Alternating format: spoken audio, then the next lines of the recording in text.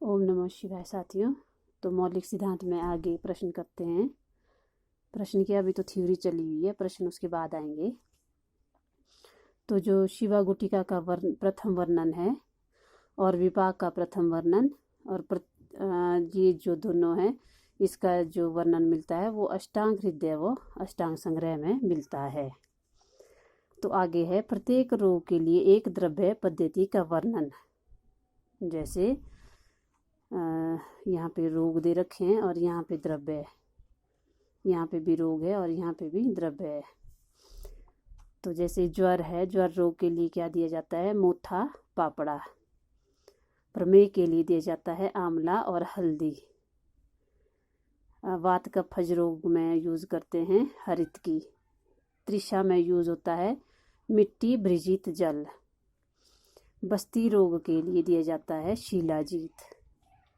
प्लीहा वृद्धि के लिए दिया जाता है पिपली। अगर सप्लीन की वृद्धि हो गई हो तो उसमें जो है पिपली का यूज किया जाता है। वमन के लिए दिया जाता है धान का लावा। पांडु के लिए लौह भस्म। अगर अनीमिया हो गया हो, रक्त की कमी, तो उसमें लौह भस्म यूज की जाती है। रक्तस्राव के लिए लाक्षा। अतिसार के लिए कुटज। स्थूलता के लिए रसांजन। अपसमार के लिए ब्राह्मी, यादाश्त वगैरह के लिए। और स्थूलता मोटापा के लिए। वात रोग के लिए रसोन। रसोन मीन्स शुंठी। और उदर रोग के लिए उष्ट्र दुग्ध। वैसे ही अर्श के लिए भलातक। अर्श मीन्स बवासीर। और वात रक्त के लिए गुडुची गॉट। गिलोय, गुडुची मीन्स गिलोय। निद्रानाश के लिए दुग्ध। मंदाग्नि के लिए अदरक। अगर किसी को भूख वगैरह कम लगती हो तो अग्नि बढ़ाने के लिए अदरक का यूज करते हैं। व्रण के लिए त्रिफला गुगलू।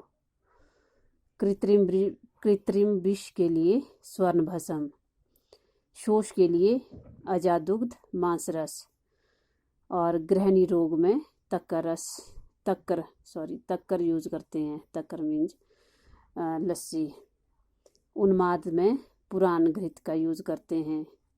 और अर्दित में नवनीत घृत, ताज़ा बना हुआ घृत घी। विद्रधि में रक्त मोशन कराते हैं, रक्त मोक्षण। और श्रम में आसव। पार्श्वशूल बैक पेन के लिए पुष्कर मूल का यूज करते हैं। तो आगे है भेल ने मन का स्थान शिर व तालु में माना है। भेल ने मन का स्थान जो माना है वो माना है शिर व तालु में।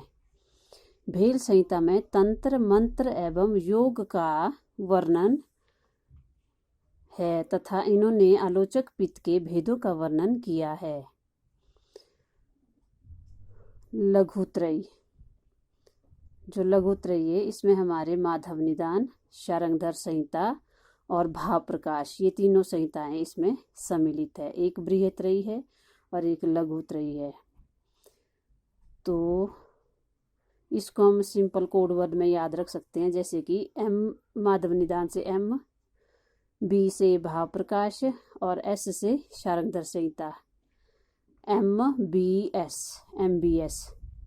तो जो MBS है वो हमारे लघुत्रयी संहिता में है, जैसे माधव निदान, शारंगधर संहिता और भाव प्रकाश। MBS है, आपने इसको याद रखना है गाइस। तो फिर इसमें माधव निदान के बारे में बताया है। जो माधव निदान का काल था वो था 7वीं सदी। और जो इसके ग्रंथकार थे जिन्होंने इसको लिखा था वो थे माधवकर। रोग विनिश्चय अपर नाम। टीकाएं, संस्कृत टीकाएं नाम पहले पर है आतंक दर्पण। तो इसके लेखक जो है वो है वाचस्पति और दूसरे है मधुकोश। ये संस्कृत टीकाएं हैं। दूसरी है मधुकोश, ये लिखा है विजय रक्षित ने। हिंदी टीकाएं, इसके साथ ही हिंदी टीकाएं भी 3 है। विद्योतिनी विद्योतनी, इसके लेखक हैं श्री सुदर्शन शास्त्री, और दूसरा है सर्वांग सुंदरी और इसके लेखक हैं लालचंद वैद्य। तीसरा है विमला मधुधारा और इसके लेखक हैं ब्रह्मानंद त्रिपाठी। यहाँ पे फिर अवदान में शूल अमलपित्त का स्वतंत्र वर्णन इसमें मिलता है। शलीपद और मेदो रोग का वर्णन भी इसी में मिलता है। तो गाइज प्लीज़ मेरे चैनल को शेयर, सब्सक्राइब, कमेंट, लाइक ज़रूर कीजिए। Thank you.